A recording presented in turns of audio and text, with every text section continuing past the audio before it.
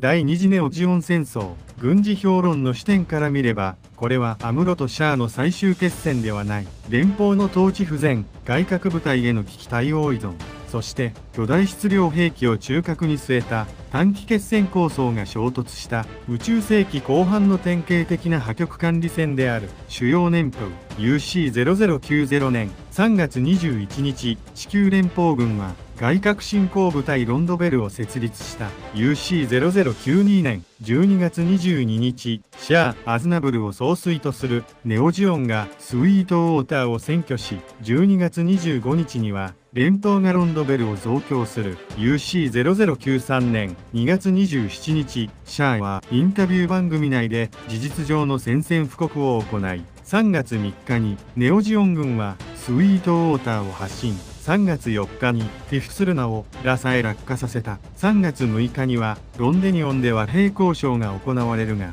シャアはこれを利用してルナ2攻撃、核兵器奪取、アクシズ掌握を進める。3月12日、ネオジオンはアクシズを地球へ落とそうとしたが失敗し、シャア・アズナブルとアムロレイは行方不明となった。この戦争の本質は反乱ではなく戦後失敗の再噴出にある。第二次ネオジオン戦争は突発的な反乱ではない。第一次ネオジオン戦争の後、連邦はスペースノイドとの関係の再構築よりも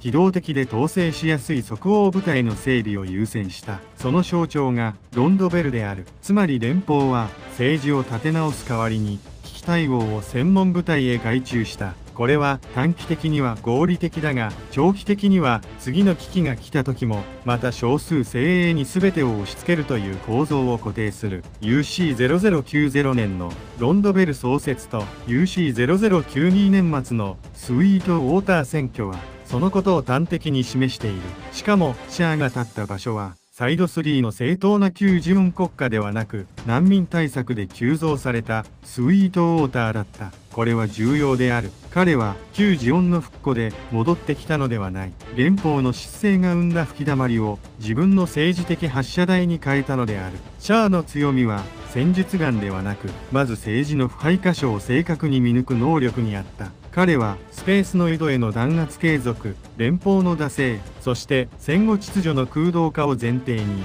作戦を立てている。この意味で第二次ネオジオン戦争は地球連邦 VS ネオジオンの全面対決ではない。実態は巨大だが鈍重な官僚制国家と小規模だが意思決定を一点集中できる政治軍事集団の衝突である。こうした戦争では戦力総量より先に決断した側が主導権を握る。実際に本戦争は開戦から終戦まで一貫してシャア側が戦役テンポを支配し、ロンドベルは最後まで追随する側に回った。第1部開戦準備。両軍の非対称性は戦闘開始前から決まっていた。連邦側の主力兵器体系を見ると、ロンドベルの中心はラーカイラム、ジェガン、リガジ、そして最終的に投入されるニューガンダムで構成されていた。ジェガンは UC0090 年代の連邦主力モビルスーツとして信頼性と機動性に優れた標準機だが、量産機である以上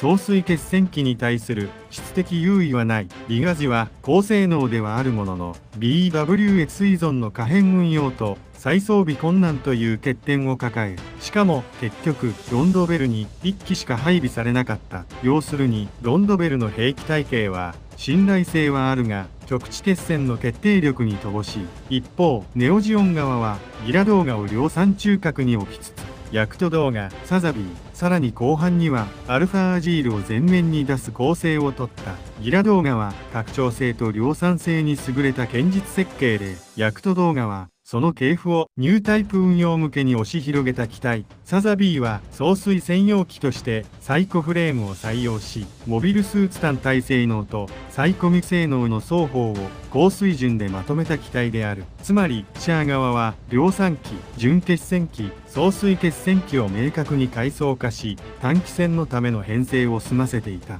さらに決定的なのは、アムロが開戦時にまだニューガンダムではなくリガジで戦っているのに対し、シャアはサザビーを実戦投入できる状態にあったことだ。これは兵器開発競争において大きい。どちらが最終的に優れたモビルスーツを持つかより、最初の主導権争いの時点で、どちらが完成済みの決戦機を前線に出せるかの方が、短期戦では重要になる。フィフスルナ海戦の結果は、この準備差をそのまま反映した。第2部、フィフスルナ海戦。海戦初手で止める戦争へ追い込まれた連邦。フィフスルナ海戦の軍事的意味は、単なる先制攻撃ではない。ここでシャアは隕石落としが外交上の恫喝ではなく実行済みの作戦手段であることを証明した。連邦にとって最も重大だったのはラサへの被害。それ自体と同じくらい相手は本当に地球環境そのものを兵器として使うという事実を推測ではなく現実として突きつけられた点にある。以後の作戦立案は通常の艦隊決戦の延長では立てられなくなった。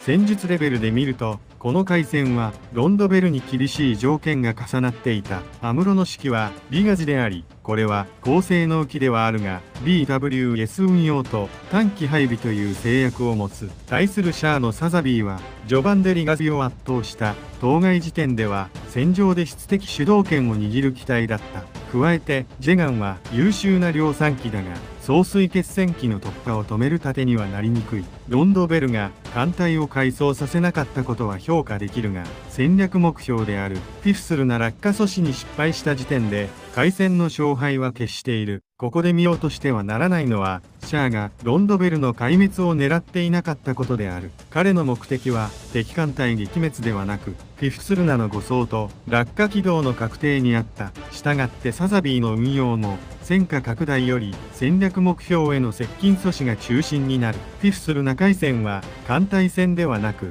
巨大質量兵器の護送戦であり、シャアはこの任務設定に忠実に戦った。作戦目標が明確な側が戦術の自由度を捨てて勝ち筋を絞り込んだ典型例である。この時点でロンドベルの任務は事実上変質した。以後の戦争はネオジオンを通常戦で撃破することではなく次の落下をいかに遅らせいかに縮小するかに移る。還元すれば連邦は3月4日の時点で勝つ戦争から破局を管理する戦争に追い込まれた。ここを境に第2次ネオジオン戦争は構成戦から危機管理戦へと性格を変える。第3部ロンデニオン交渉戦。和平の名を借りた作戦転換。3月6日のロンデニオン交渉は戦士的には講和会議ではなく戦場の転換点と見るべきである。シャアが連邦政府との和平交渉を利用し武装解除に見せかけたルナ2攻撃とアクシズ強奪を実行したことを明示している。つまりここで行われたのは外交ではなく交渉そのものを敵の意思決定を拘束する道具として用いた欺瞞作戦だった。この局面で連邦が示した弱点は火力不足以上に政治と軍事の一体運用ができないことだった。シャアは総帥として宣伝、交渉、艦隊行動、戦略兵器運用を一つの意思で束ねている。対して連邦は政府高官、交渉窓口、現場艦隊、外郭部隊が分離しやすく誰も全体責任を負わない。従って和平という言葉が出た瞬間相手がその時間を作戦準備に使う可能性を読みながらもなお儀礼的手続きを止められない。これは大規模官僚制国家の典型的な脆弱性である。またロンデニオンは人的資源の面でも転換点だった。アムロはここでニューガンダムを受領し同時にクエスト、ハサウェイがシャアの魅力に引き寄せられていく。ニュータイプ的性を持つ若年層が交渉局面の政治的混乱の中でシャア側へ吸着していった事実を戦場外での戦力再編として評価すべきである。クエスはこの時点ではまだ一少女に過ぎないが終盤戦では戦術環境そのものを乱す存在になる。交渉戦の評価は明快である。シャアはここで敵を説得してはいない。敵を停止させたのである。フィフスルナで戦争のルールを変えロンデニオンでそのルールを連邦に飲ませた。これによって彼は次の本命作戦であるアクシズ落としのための時間と空間を確保した。戦略研究の言葉で言えばロンデニオンは政治的接触を利用して次段階作戦の発進条件を整えた局面でありシャアの短期決戦構想の中核をなす。第4部ルナ2吸収とアクシズ掌握。第2撃の条件はここで完成した。ロンデニオン交渉の直後ネオジオンはルナ2に壊滅的打撃を与えて核兵器を奪取し、さらにシャア自身がアクシズ防衛部隊を殲滅してアクシズを手中に収めた。これは本戦争最大の作戦的転換点である。フィフスルナが第一撃なら、ルナ2吸収とアクシズ掌握は第二撃を成立させるための物的条件整備にあたる。ここでシャアは単に次の隕石を確保しただけではない。各天体、時間を一つの作戦体系に統合した。軍事的に整理すると、彼が得た成果は3つある。第1にアクシズという巨大質量兵器そのもの。第2にそれを処理し、必要なら分断し、推進に利用できる核戦力。第3に連邦が依然として政治手続きと戦場を切り分けて認識している間に稼いだ時間である。つまりシャアは戦場で勝って次の戦場を開いたのではなく、交渉の卓上で次の戦場そのものを先取りしたのである。宇宙世紀の戦役史でも政治と軍事の密着度という点で、これはかなり洗練された短期戦設計と言ってよい。この段階でブライトの任務は明確に変わる。ネオジオンの全滅はもはや現実的な勝利条件ではない。アクシズという質量が地球へ向かう以上、必要なのは敵艦隊の壊滅より落下の阻止、変更、分断である。後続のアクシズ攻防戦でブライトが核攻撃、モビルスーツ戦、工作隊投入を重ねるのは勝利条件が制圧から阻止へ切り替わったからだ。ここにフィフスル内後の戦局推移の必然がある。第5部アクシズ攻防戦、勝利ではなく落下阻止だけが目標になった戦い。アクシズ攻防戦の第1段階でブライトは核攻撃を試みるが失敗し、その後は工作部隊を指揮して内部潜入と爆破工作へ移る。ブライトの戦いは最初からアクシズを止めるためのものだった。つまり彼は艦隊戦指揮官でありながら途中から要塞攻略の指揮官へ役割を変えている。通常の宇宙艦隊戦の尺度で言えばこれは異例だが、巨大質量兵器相手にはむしろ合理的である。アクシズ攻防戦におけるシャア側の中核はサザビーである。サザビーは序盤でリガジを圧倒しただけでなく、ロンドベルがアクシズ破壊のために放った核ミサイルを全て撃ち落としている。ここで重要なのは、送水専用機が単なる象徴ではなく、戦略目標防衛の直接手段として機能していることだ。サザビーはエース機である以前にアクシズ落下作戦の防空、迎撃中核だった。短期戦において総帥自らが決定的打撃だけを止める立場に立つのは危険でもあるが、それだけ切迫した作戦だったということでもある。一方、アムロはニューガンダムでデュネーのヤクト動画を撃墜し、クエスのアルファアジールを追い詰めながらもアクシズ破壊を優先してとどめを刺さなかった。これは軍事的に見ると極めて重要だ。エースパイロットにとって敵高性能機の撃破は大戦果だが、この局面での真の戦略目標は敵モビルスーツの殲滅ではなく天体そのものの機能停止だった。したがってアムロの判断は英雄的というより参謀的である。個人的勝利欲求を抑え戦役目標へ従属した。アクシズ攻防戦の中盤でネオジオン側にもほころびが見える。ヤクト動画は本来シャア専用機構想から派生した準決戦機だったが、最終的にはデュネーが登場することになり、機体バランスに多少問題があったとされる。さらにクエスは強力な艦応能力を持ちながら統制された軍人ではない。要するにシャアは大戦略では優位でも前線の人的運用では不安を抱えていた。ニュータイプ資産を揃えたこと自体は成功だが、それを最後まで秩序だった戦力体系として使い切れたとは言い難い。第6部内部爆破と最終評価。精度は勝たず前線だけが破局を押し返した。最終的にロンドベルの工作によりアクシズは内部から爆破され2つに割れる。そのうち後方の1つは地球への落下コースをたどり始め、アムロは破片の落下を阻止するために